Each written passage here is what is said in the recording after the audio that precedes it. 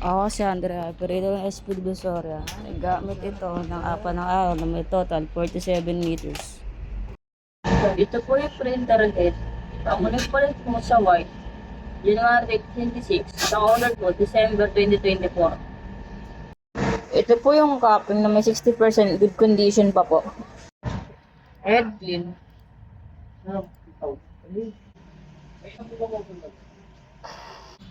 Punasan ng wiper after a head clean.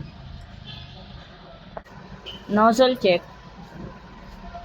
Ang uling pulit po ng damper, January 2024 sa colored. Sa white naman po, December 2025.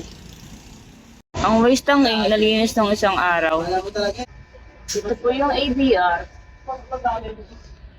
at ground wire. Ito po yung aming stocks. Ito po yung brilliant colored.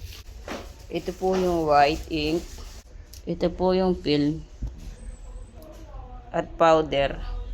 Nag-consume ako ng isang film, isa sa resin powder, at isa sa white. Daily output.